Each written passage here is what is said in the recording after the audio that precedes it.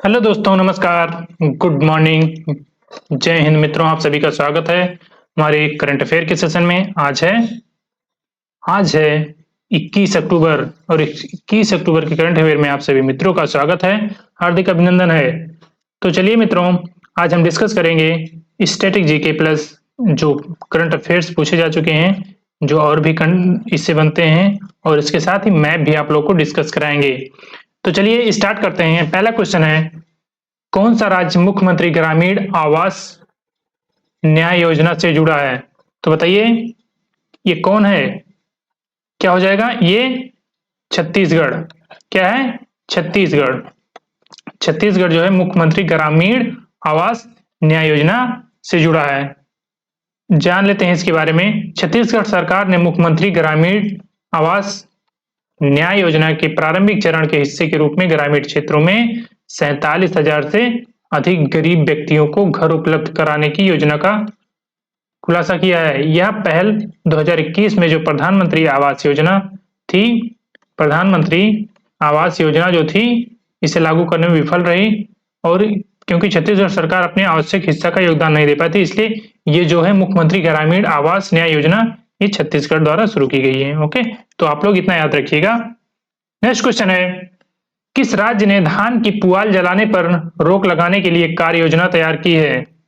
तो बताइए, action plan to curb paddy straw burning. तो किस स्टेट ने शुरू किया है?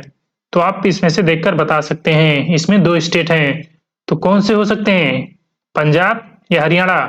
तो कौन होगा? ये पंजाब राइट होगा। ठीक है, पंजाब ने ये शुरू किया है कार्य योजना, जिसके कारण जो किसान होते हैं अपने जो फसल के अवशेष बचते हैं उसे न जलाएं, और इसमें प्रॉपर गाइडलाइन दी गई है। जैसे देखिए, धान की पुआल जलाने पर रोक लगाने के लिए कार्य योजना के क्षेत्र में लगभग 31 लाख हेक्टेयर भूमि धान की खेती के लिए समर्पित है। मतलब 21 लाख हेक्टेयर जो है धान की खेती होती है इतनी भूमि पर, और इससे लगभग 16 मिलियन टन भूसा यानी उसके जो अवशेष बचते हैं उसका उत्पादन होने का अनुमान है, जिससे इन सीड तकनीकों से खेत में फसल अवशेषों को शामिल करना, और एक्स सीटू तरीकों से यानी पराली को ईंधन के स्रोत में यानी इसे फ्यूल के रूप में उपयोग करना जो बचता है, जिसके कारण देखिए इथेनॉल ब्लेंडिंग हो रहा है, जिससे 20% ब्लेंडिंग करने का जो लक्ष्य रखा गया है। इसमें ये भी केवल गन्ने के रस का अवशेष ना किया जाए, इसमें गन्ने का प्रयोग ही ना करके जो फसल अवशेष हैं उससे भी इथेनॉल बना सकते हैं, और इसे ब्लेंडिंग के रूप में यूज किया जा सकता है। तो ये दोनों जो माध्यम है इसके दोनों प्रभावी ढंग से नियंत्रित किया जाए, ऐसा इसलिए कार्य योजना बनाई है पंजाब गवर्नमेंट ने। नेक्स्ट क्वेश्चन है, दक्षिण चीन सागर में स्कारबोरो शोल के क्षेत्रीय दावे में कौन सा देश शामिल है? तो बताइए, जो ये साउथ चाइना सी में स्कारबोरो शोल ये एक स्थान है, प्रॉपर मैप में लोकेट है, तो ये किस देश के बीच है? दोनों के बीच विवाद है। तो आप बताइए कौन कौन से देश इसमें है? देखिए, चाइना है, चाइना तो है सभी में, और कौन सा है? Philippines, Taiwan, Indonesia, Malaysia. तो चाइना और फिलीपींस, तो ऑप्शन ए इसका राइट हो जाएगा। जो स्कारबोरो शोल क्षेत्र है उस पर चाइना भी अपना हक जताता है और फिलीपींस भी। तो मैप में देखते हैं कहां पर है। ये देखिए साउथ चाइना सी, और आप लोग को यहाँ स्कारबोरो शोल प्रॉपर दिखेगा नहीं, और ये रहा फिलीपींस। ठीक है, ये पूरा फिलीपींस रहा, और इधर मलेशिया, सिंगापुर, इधर तो ये अपने नॉर्थ ईस्ट हो गए, ये south east Asia, Vietnam, Cambodia, Thailand, ये सभी हैं। और देखते हैं प्रॉपर कहां पर वो क्षेत्र है जिस पर ये दावेदारी। और देखिए इधर फिलीपींस सी भी है, इधर साउथ चाइना सी, इधर फिलीपींस सी। तो इसमें कहां पर है स्कारबोरो शोल? ये देखिए, ये इसका लोकेशन ये है स्कारबोरो शोल, यहाँ पर ये लोकेट है। और इधर देखिए साउथ चाइना सी, ये पूरा साउथ चाइना सी में आता है। और ये ताइवान से देखिए 817 किलोमीटर दूर, और यहाँ से 937 किलोमीटर, और केवल 241 किलोमीटर दूर है ये फिलीपींस के मेनलैंड से। तो इस पर दावेदारी चाइना कितनी भी करे, लेकिन ये दावेदारी जाती है फिलीपींस पर। चाइना का काम है हर देशों के स्थानों पर अड़ंगा डालना, कभी बता देगा हमारा यहाँ तक है, हम यहाँ तक है, 9 डैश लाइन, 11 डैश लाइन। तो ये फर्जी का विवाद खड़ा करता रहता है सभी देशों के बीच। इसके जो पड़ोसी देश हैं इससे बहुत परेशान हैं। तो देखिए इधर बुरनोई का लोकेशन हो गया, ये मलेशिया के एकदम इस पे सट कर है उसके मेनलैंड से, और इधर इंडोनेशिया। तो कभी-कभी ये भी पूछा जाता है कि इधर कि इसके पड़ोसी देश पूछ लिए जाते हैं कि कौन सा देश इससे सीमा साझा करता है। तो देखिए इधर मलेशिया, इधर बुरनई, और बुरनई जो है मलेशिया के एकदम देखिए टॉप पर है, और ये लेकिन इंडोनेशिया से सीमा साझा नहीं करता है। तो इतना याद रखिएगा आप सभी लोग कि कभी-कभी आप लोग को मैच द फॉलोइंग ऑप्शंस में दे देता है क्वेश्चंस में कि ये कहाँ पर है। इस क्षेत्र जब कोई विवाद में होता है आप लोग उसे अच्छे से पढ़िएगा, क्योंकि ये मिलता है। और आरओ की कुछ पेपर में आप लोग को ये मिल सकता है। आरओ का जो पेपर होगा फरवरी में, उसमें ये क्वेश्चंस मिल सकता है आपको। तो आप लोग इतना ध्यान रखिएगा, ये फिलीपींस से संबंधित है और साउथ चाइना सी में ही इसकी लोकेशन है। ओके, चलते हैं नेक्स्ट क्वेश्चन की तरफ। नेक्स्ट क्वेश्चन देखिए ये विवाद कब से जुड़ा हुआ है। ये विवाद 2012 से, देखिए 2012 से शुरू हुआ था, और बीच बीच में चाइना इसमें घी डालता रहता है कि जिसके कारण इसे कोई भूले ना, ये अपना क्षेत्र बताने में लगा रहता है।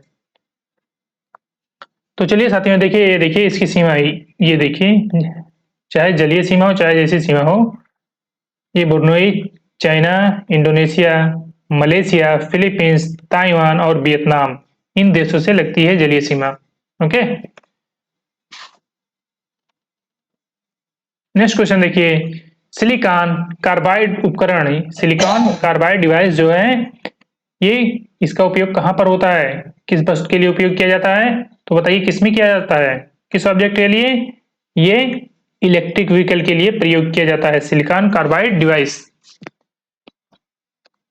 तो इसमें क्या होता है देखिए, continental device India private limited, की कंपनी याद रखिएगा, continental device India private limited.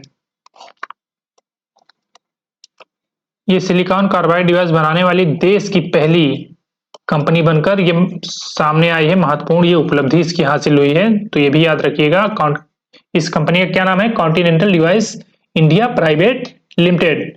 इसने जो है surface mount semiconductor packaging line launch किया है, और यह सुविधा इलेक्ट्रिक वाहनों, बिजली प्रबंधन उपकरणों और सौर पैनलों के निर्माताओं को आपूर्ति करेगी। ये जो डिवाइस बनाया है ये इन सब चीजों में उपयोग होगा। ओके, नेक्स्ट क्वेश्चन है,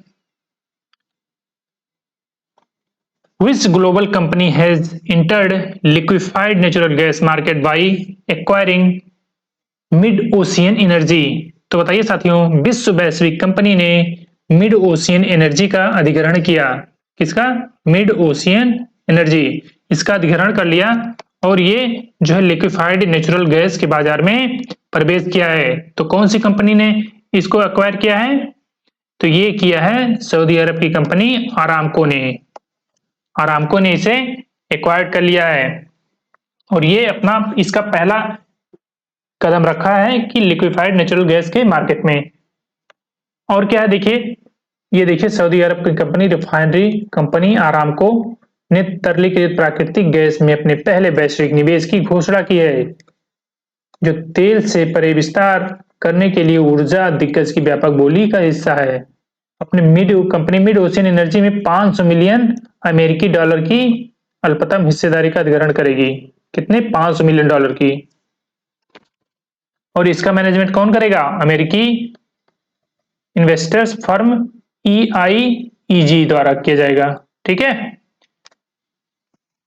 नेक्स्ट क्वेश्चन देखिए, किस केंद्रीय मंत्रालय ने प्रौद्योगिकी और भारतीय भाषा शिखर सम्मेलन का आयोजन किया। Which union ministry organised the technology and Bharatiya Bhasha summit. तो किसके द्वारा किया जा रहा है, ये किया जा रहा है मिनिस्ट्री ऑफ एजुकेशन। किसके द्वारा, मिनिस्ट्री ऑफ एजुकेशन के द्वारा ये आयोजित किया गया है। देखिए नई दिल्ली में केंद्रीय शिक्षा मंत्रालय द्वारा यह भारतीय भाषा उत्सव के एक भाग के रूप में 2 दिवसीय प्रौद्योगिकी और भारतीय भाषा शिखर सम्मेलन का आयोजन किया गया था। इस शिखर सम्मेलन का उद्देश्य क्या है? NEP 2020 में की दृष्टि के अनुरूप वर्तमान शिक्षा परिस्थिति तंत्र से भारतीय भाषाओं में निहित एक सुचारू संक्रमण की सुविधा प्रदान करना और शिक्षा में भारतीय भाषाओं के लिए तकनीकी रूप से उज्जवल भविष्य के लिए पाठ्यक्रम निर्धारित करना। यानी इसमें क्या है, भारतीय भाषाओं को शिक्षा के क्षेत्र में बढ़ावा देने के लिए ये सभी कार्य किए जा रहे हैं और टेक्नोलॉजी के रूप में भी ये जिसके कारण अपनाया जा सके टेक्नोलॉजी के जमाने में भारतीय भाषाओं को, और इन्हें सिलेबस में भी इंक्लूड किया जाए। नेक्स्ट क्वेश्चन है, नाबार्ड ने बॉम्बे स्टॉक एक्सचेंज पर सोशल बॉन्ड्स को सूचीबद्ध किया और जुटाई गई धनराशि का उपयोग किया किस योजना को पुनर्जीवित करने के लिए किया? तो बताइए, NABARD listed social bonds on Bombay stock exchange and the funds raised would be used to refinance which scheme? तो किस स्कीम के लिए ये किया गया है रिफाइनेंस? तो ये किया गया है जल जीवन मिशन। किसके लिए? जल जीवन मिशन के लिए किया गया है। कौन किया है? नाबार्ड ने किया है। तो आप लोग इतना याद रखिएगा साथियों। और बताइए, नाबार्ड की स्थापना कब हुई थी?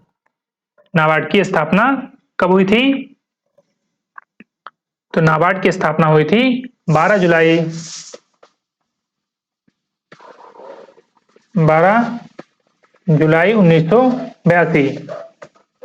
1982 में हुआ था नाबार्ड की स्थापना। चलिएगा नेक्स्ट क्वेश्चन देखते हैं। और ये देखिए, नेशनल बैंक फॉर, इसका फुल फॉर्म क्या होता है नाबार्ड का? National bank for agriculture and rural development NABARD का फुल फॉर्म होता है। इसने बॉम्बे स्टॉक यानी BSE में अपने सोशल बॉन्ड्स को लिस्टिंग की घोषणा की है। बैंक ने इस पेशकश के जरिए 1040 करोड़ रुपए का जुटाए हैं और इस धनराशि को तेलंगाना में जल जीवन मिशन यानी केंद्र सरकार द्वारा जो जल जीवन परियोजना चल रही है, इसको पुनर्वित्त यानी रिफाइनेंस करने के लिए किया जाएगा। ठीक है, समझ में आ रहा है? नेक्स्ट क्वेश्चन क्या है?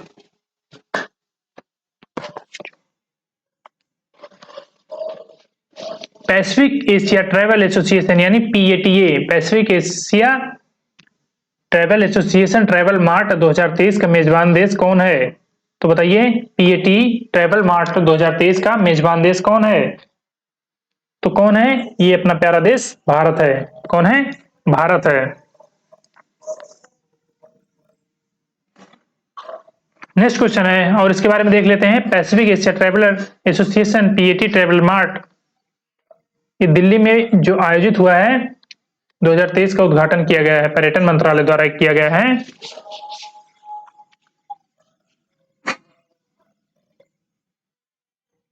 पर्यटन मंत्रालय द्वारा किया गया साथियों। ये जो है एक गैर लाभकारी संगठन है यानी एनजीओ, जिसका उद्देश्य एशिया प्रशांत क्षेत्र में जिम्मेदार यात्रा और पर्यटन विकास को बढ़ावा देना है। ठीक है, चलिएगा नेक्स्ट क्वेश्चन की तरफ चलते हैं। नेक्स्ट क्वेश्चन क्या है? जम्मू में वार अगेंस्ट वेस्ट के लिए राजदूत के रूप में किसे नियुक्त किया गया है? वार अगेंस्ट वेस्ट यानी कचरे के खिलाफ युद्ध। तो ये इसका ब्रांड एम्बेसडर किसे बनाया गया है? कैप्टन बाना सिंह को। किसे बनाया गया साथियों? कैप्टन बाना सिंह को बनाया गया है। आगे देखते हैं। देखिए, directorate of rural sanitation Jammu and Kashmir has announced the nomination of countries highest gallantry awardee. इन्हें हाईएस्ट गैलेंट्री अवार्डी मिला है। क्या मिला है? परमवीर चक्र। परमवीर चक्र से सम्मानित हुए हैं कौन? कैप्टन बाना सिंह। इन्हें एम्बेसडर बनाया गया है वार अगेंस्ट वेस्ट का। कहां पर? जम्मू कश्मीर में। ठीक है, और थीम क्या है इसका? स्वच्छता ही सेवा। क्या थीम है? ये थीम इंपॉर्टेंट है, स्वच्छता ही सेवा।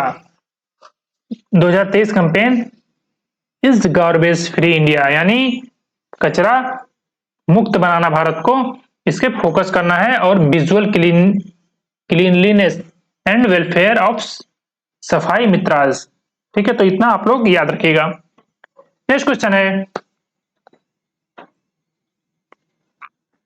एक कुछ कथन दिए गए हैं, इन पर आप लोग विचार करिए क्या कथन इनमें से कौन सही है कौन गलत है। तो विचार करिए भाई। देखिए पहला है राष्ट्रीय खाद्य तेल पाम मिशन यानी NMEO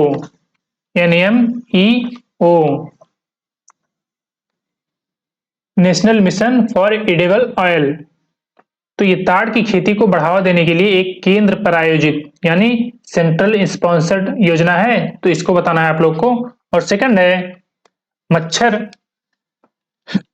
मच्छर काट लिया यार, तो चलिए कोई नहीं। भारत दुनिया का सबसे बड़ा पाम तेल आयातक है। तो बताइए ये क्या राइट है? ये ऑप्शन ये जो दिया गया है, भारत दुनिया का सबसे बड़ा पाम तेल एक्सपोर्टर है कि इंपोर्टर? इंपोर्टर यानी आयातक है। और तीसरा है ऑयल पाम के पेड़ में यानी पाम ऑयल के पेड़ दक्षिण पूर्व एशिया के मूल निवासी हैं। तो बताइए अब इनमें से कौन सा राइट हो जाएगा? तो देखिए इनमें से क्या क्या राइट होगा।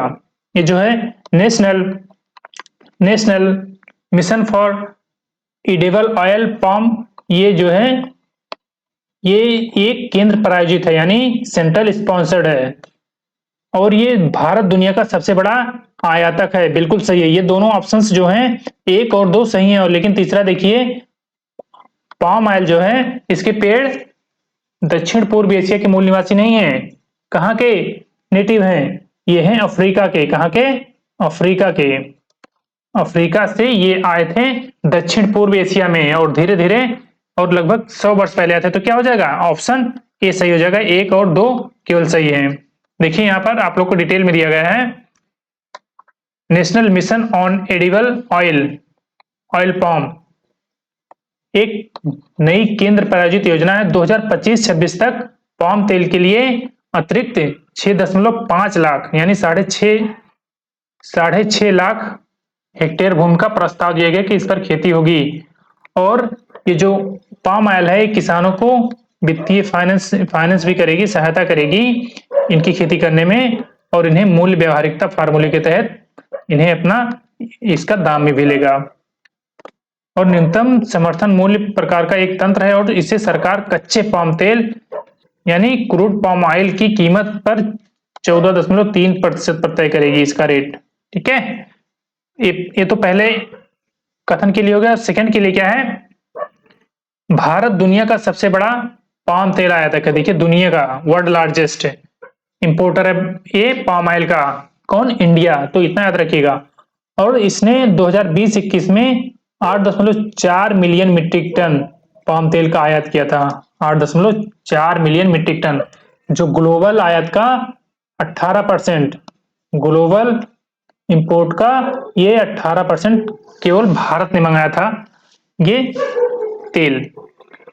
और थर्ड हमारा स्टेटमेंट है कि पाम ऑयल के पेड़ अफ्रीका के मूल निवासी हैं। देखिए अफ्रीका के मूल निवासी हैं, लेकिन जो 100 वर्ष पहले ये सजावटी पेड़ के रूप में ये दक्षिण पूर्व एशिया में लाए गए थे, लेकिन अब इन्हें इंडोनेशिया, मलेशिया, ये वैश्विक ग्लोबल जो कंजप्शन है उसका 85% ये अब इनकी भागीदारी रहती है। 2 कंट्री की, ये 2 मेजर कंट्री हैं जहां से पाम ऑयल का एक्सपोर्ट होता है, इंडोनेशिया और मलेशिया। और भी छोटे छोटे देश हैं जो इंपोर्ट करते हैं, लेकिन मेजर इन्हीं का इसमें पार्टिसिपेशन है। तो दोस्तों हमारे क्वेश्चन समाप्त हुए, और आपका अपना साथ बनाए रखने के बहुत बहुत धन्यवाद। और वीडियो पसंद आए तो वीडियो को लाइक करिए, चैनल को सब्सक्राइब करिए, दोस्तों के साथ शेयर भी करिए। और आप लोग कमेंट कुछ कर नहीं रहे हैं, इसमें क्या इंप्रूवमेंट किया जाए हमें कैसे पता लगेगा? जब करेंगे कमेंट तभी तो पता लगेगा। तो बताइएगा हम और क्या इंप्रूवमेंट कर सकते हैं, वो हम जरूर करेंगे। और इसी प्रकार आप लोग को अच्छे अच्छे क्वेश्चंस लाते रहेंगे। तो मिलते हैं नेक्स्ट सेशन में यानी कि कल। तब तक के लिए जय हिंद, वंदे मातरम।